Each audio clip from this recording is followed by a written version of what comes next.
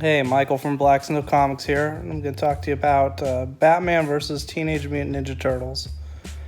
Um, this is a pretty interesting one. Crossovers are always kind of interesting. It's always kind of a balancing act on which one gets represented better, or if you can actually have them both be shown the same, or different things like that. So that was kind of some of my thoughts while watching this.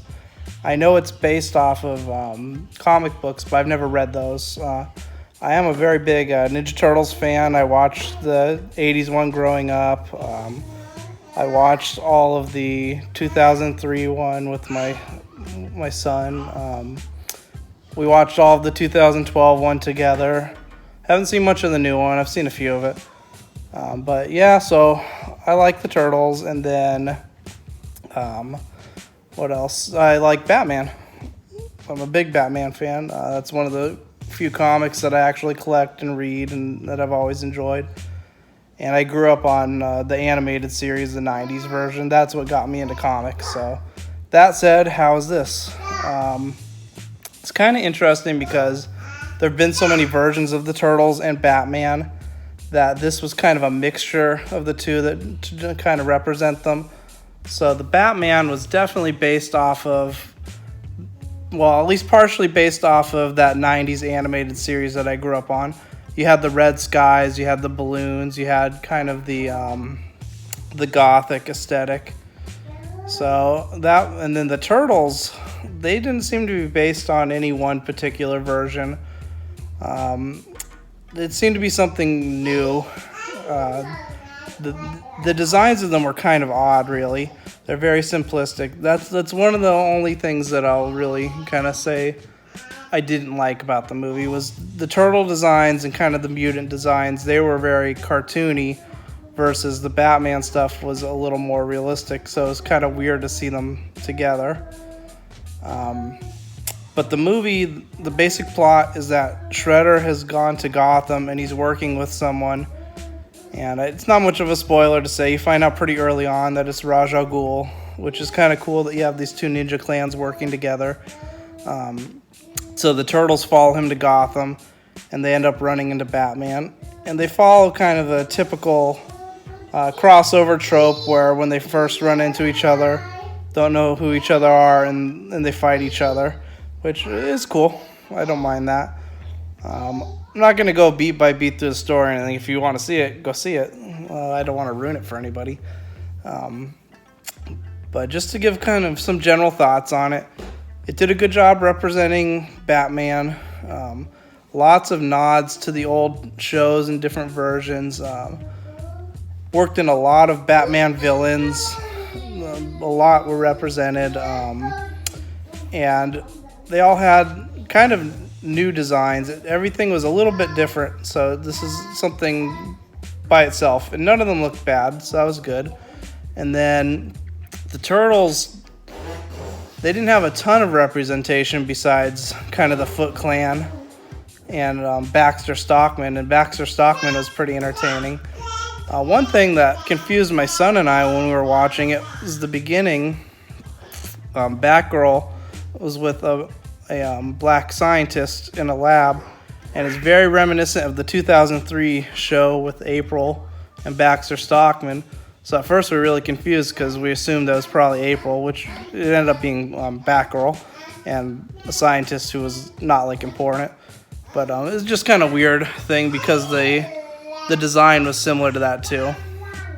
But anyway, the movie, one of the things that might surprise you is that it's fairly violent. There's blood, there's people getting pretty hurt, there's people getting killed. There's a number of deaths in it. There's a security guard, I think, that gets his head chopped off. There's a foot soldier that takes a ninja star to the head, and you see blood and stuff. You see Raphael knee someone in the face and like break their nose, and there's blood. So, but it's not over the top and like ridiculous violence. It's not like blood and guts everywhere. It's more subdued than that, but it's a lot more than you'd normally see from a Turtles show. even for a Batman, it was a little more than you would think from a cartoon. Um, it also had a lot of comedy in it, mostly from the Turtles, mostly around Michelangelo, and kind of the Turtles' interactions with Batman and the Bat family, with Batgirl and Robin. And they're actually pretty funny stuff. Like there are moments where I was laughing pretty hard, and my son was laughing, and we were really enjoying it. So that was good. So even though it's got a mix of tones, I think it all works with the violence and the comedy and kind of the serious. There's also a lot of action in it. Yeah, the movie's pretty action packed. There's a lot of action going on, so that was kind of a happy surprise too. Which it was cool action. Everything was pretty good. Overall, the plot was pretty fun. It had some things that were definitely unique to this movie. Part of what Shredder's doing is providing mutagen, and you do get to see a lot of Batman regulars get mutated, so that's pretty cool.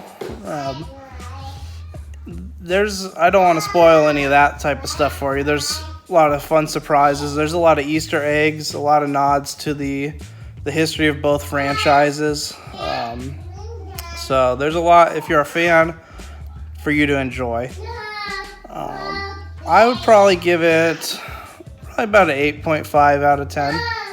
As far as crossovers, this one's very well done.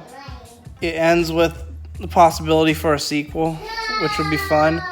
It'd be cool to have it maybe flipped and have Batman going to New York and involving more of the Turtles cast, which that could be kind of cool too. So we'll see where it goes from here. Like I said, I haven't read the comics. I don't know how closely this follows the comics or anything like that, or what future stories those provide. But as a standalone movie, it was fun. I mean, it is like just kind of kid stuff, but at the same time, I guess maybe bigger kids, because I don't know if you want really little kids seeing kind of that level of violence. But it's also good for adults. I mean, I liked it. Like I said, I was laughing. It had cool action. It was a fun thing all around.